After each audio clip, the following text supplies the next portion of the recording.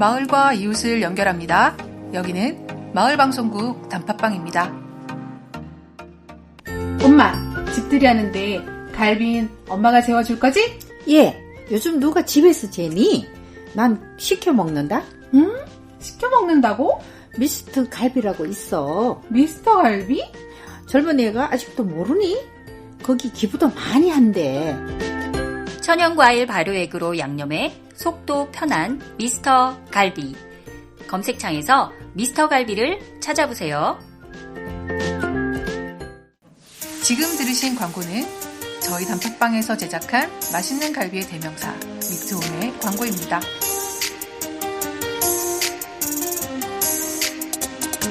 안녕하세요. 고양시 마을미디어 단팥빵의 고소한 목요일입니다.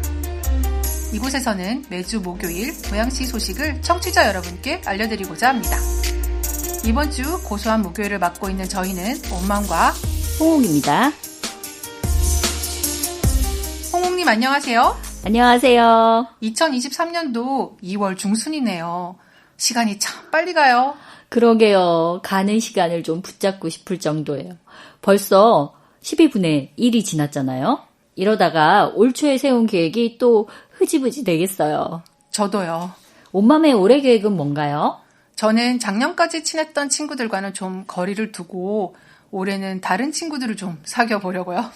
오라, 새로운 친구요? 네, 제가 그동안 스마트폰과 동영상이랑만 너무 친했어요.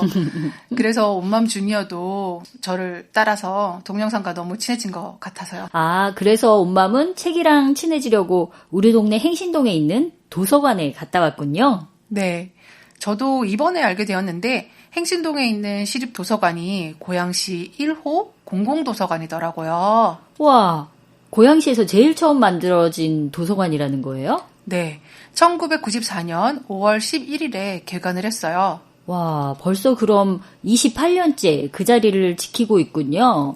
그동안 많은 행신동 주민들이 그곳에서 마음의 양식을 키웠달까요? 그렇겠죠.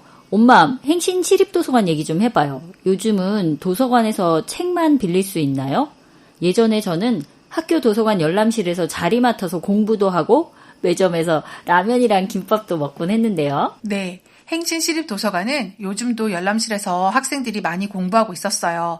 지금은 겨울방학이라 초, 중, 고등학생들도 꽤 있었고요. 그렇겠네요.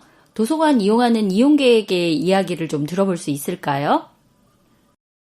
방학 동안에 거의 매일 다니고 있어요. 집에서 하는 것보다 더 집중이 잘 되는 거. 일단은 무료고 나름 시설도 잘 되는 것 같아가지고 그건 좋은 것 같아요.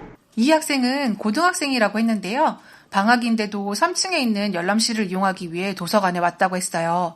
1층에는 어린이 자료실이 있는데 거기에 책을 읽고 있는 초등학생들도 많이 있었고요. 아, 초등학생들이요? 초등학생들 얘기도 들어보고 싶어요. 무원초등학교 다니는 만으로는 3학년이에요. 저는 이제 5학년. 일주일에 3번 정도 모험 있는 책들을 봐요. 책을 읽고 싶을 때 언제나 와서 읽을 수 있어서요. 여기는 어린이 자료실이 되게 책이 다양하니까 와서 읽어보는 것도 좋을 것 같아요. 이 귀여운 두 친구들은 알고 보니 자매였어요. 이곳 어린이 자료실에서 책을 많이 읽어서 학교에서 상도 타고 그랬더라고요. 어머나, 다독자매네요. 미래의 작가님들이실까요? 네, 모험을 좋아하는 두 자매들이니까 판타지 소설계의 혜성이 될 수도 있겠어요. 상상만 해도 제가 다 뿌듯하네요. 그런데 엄마, 도서관 자료실에서 인터뷰를 할 수 있었어요? 도서관은 다른 사람들이 책을 읽는 장소니까 조용히 해야 하는 거 아니에요? 물론이죠. 그런데 어린이 자료실에서는 약간의 대화는 허용되었어요. 그렇군요. 혹시 어린이 자료실을 이용하는데 주의점 같은 거 있을까요? 아이들이 많이 몰렸을 때 조금 이제 질서를 잘 지켜줘야지 안전사고 같은 것도 발생하지 않을 것 같고, 그리고 너무 큰 소리로 떠들면은 다른 이제 어린이들도 서로 책 읽는 것에 방해가 되니까 그런 거를 좀 유의하면 좋지 않을까 생각해요. 대화. 근데 뭐 소근소근하게 하는 정도는 크게 상관이 없긴 한데, 그래도 아무래도 책을 일부러 온 곳이니까 가능한 이제 다른 상대방 친구들한테 방해가 되지 않는 선에서 이용했으면 좋겠고, 이제 근데 대부분 학생들이 규칙은 잘 지켜주고 있어요. 방학 때는 조금 많이 오고요.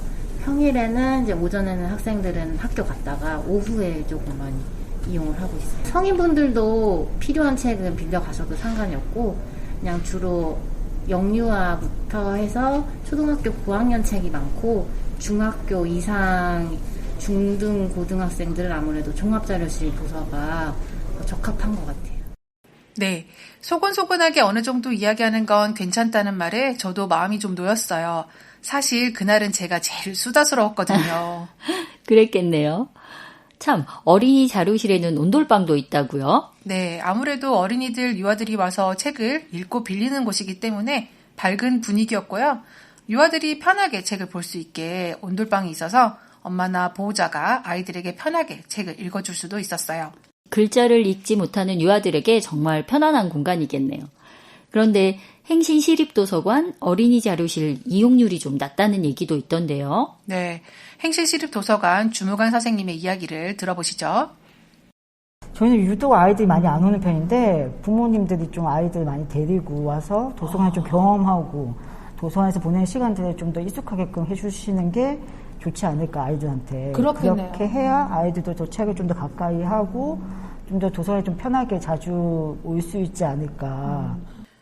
인터뷰에서도 나온 것처럼 어릴 때 도서관에서 했었던 즐거운 경험들이 책과 친해질 수 있게 해주니까 아이들이 도서관에 자주 와서 익숙해지면 좋겠어요. 저만 해도 요즘은 도서관보다는 유튜브나 집에 있는 OTT 서비스로 영상을 보고 있거든요. 그래요. 재미있는 책을 읽고 싶어도 사실 뭐가 재미있는지 모르니까 선뜻 도서관에 가기가 힘든 것도 있어요. 네, 그렇죠. 그래서 도서관에서는 분야별 인기 도서들이나 신간 도서들을 큐레이팅해서 전시도 하고 있었어요. 아, 그렇군요. 1층 어린이 자료실에도 전시 도서가 있고요. 2층 일반 자료실 입구에도 도서들을 보기 좋고 예쁘게 전시하고 있으니까 그거 보는 재미도 쏠쏠해요. 저도 도서관에 가면 책을 보고 싶네요. 그러면 도서관에 있는 책들을 빌려가려면 어떻게 해야 해요? 대출증 만들어야 하나요? 맞습니다. 인터넷에서 고양시 도서관 센터에 들어가시면 회원증을 만들 수 있어요. 도서관 주무관 선생님의 이야기를 들어보겠습니다. 일반 자료실에 들어가셔서 책 열람하시고 독서하시는 건 회원증이나 이런 거 제시 없이도 바로 자료실에서 사용 가능하시고, 책 빌리고 싶으실 때는 홈페이지에서 먼저 회원가입하고 오시면 저희가 안내데스크에서 대출증을 신분증만 확인하고 바로 발급을 해드립니다. 혹시 신분증 안 가지고 오셨더라도 요즘에 스마트폰에서 고양시 도서관센터 검색하셔서 앱으로도 온라인 회원증으로 바로 본인이 신청 가능하시니까요. 바로 대출증 바코드 찍고 책 대출하고, 그리고 또 디지털 자료실이나 이런 것도 이런 게 가능하셔요.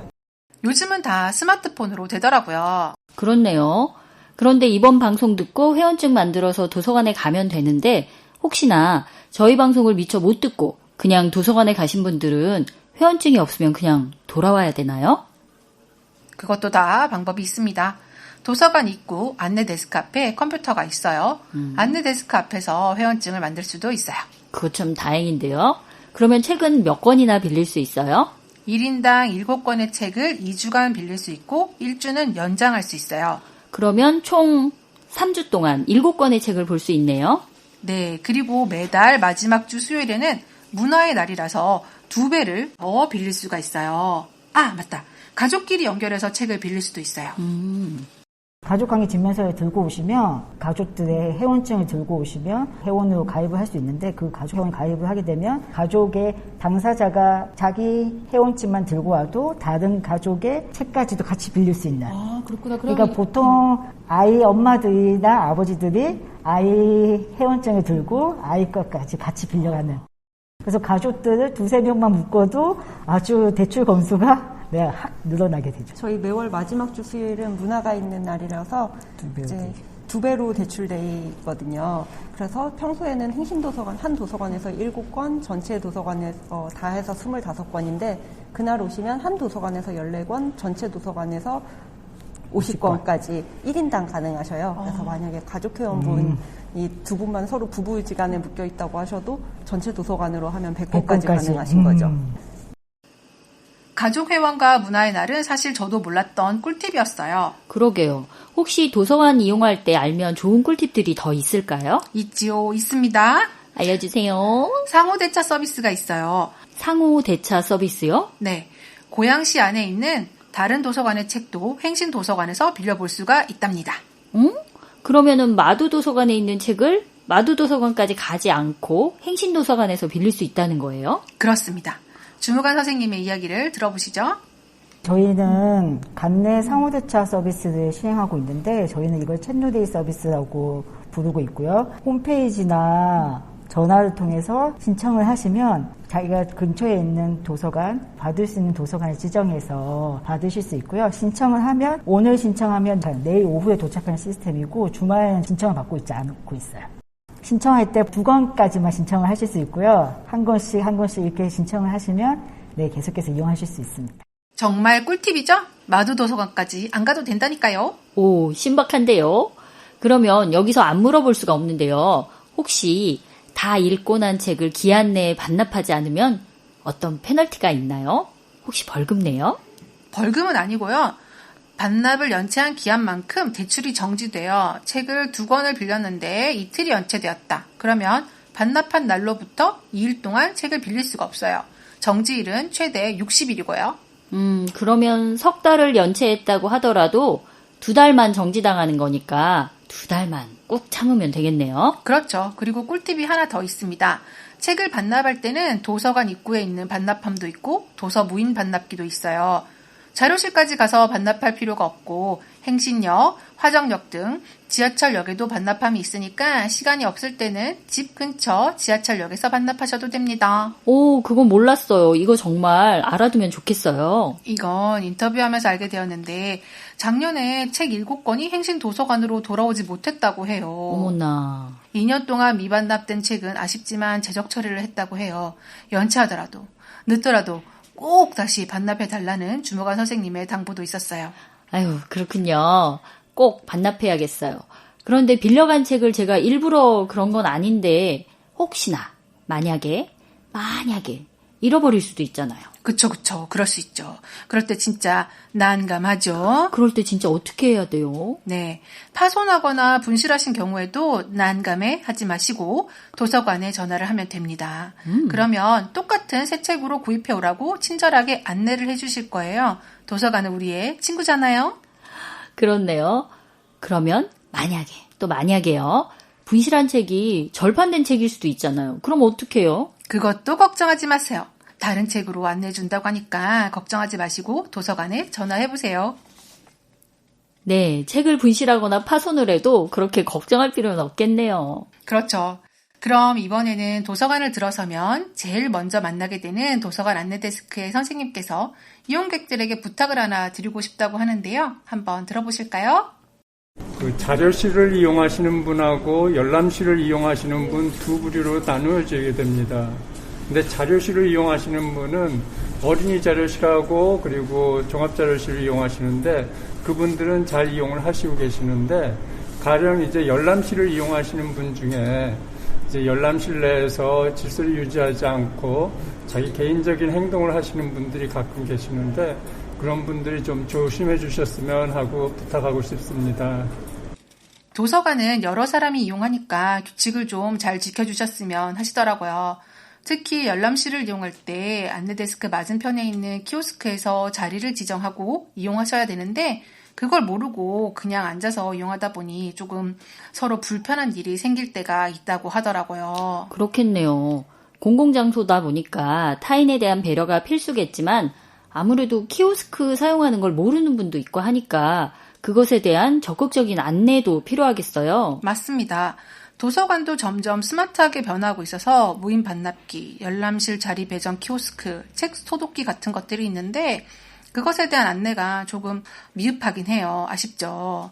하지만 조금만 천천히 살펴보면 안내 데스크도 있고 도서관에 계신 사서 선생님들, 주무관 선생님들도 모두 친절하게 계시니까 그냥 그분들에게 물어보면 되지 않을까요?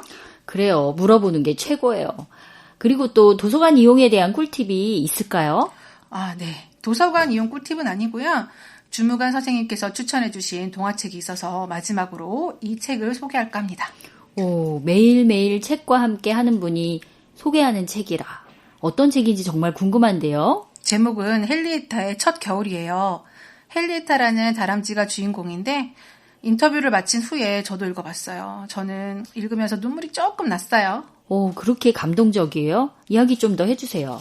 저는 오늘 추천하고 싶은 책으로 헨리에타의 첫 겨울이라는 책을 소개를 해드리고 싶어요.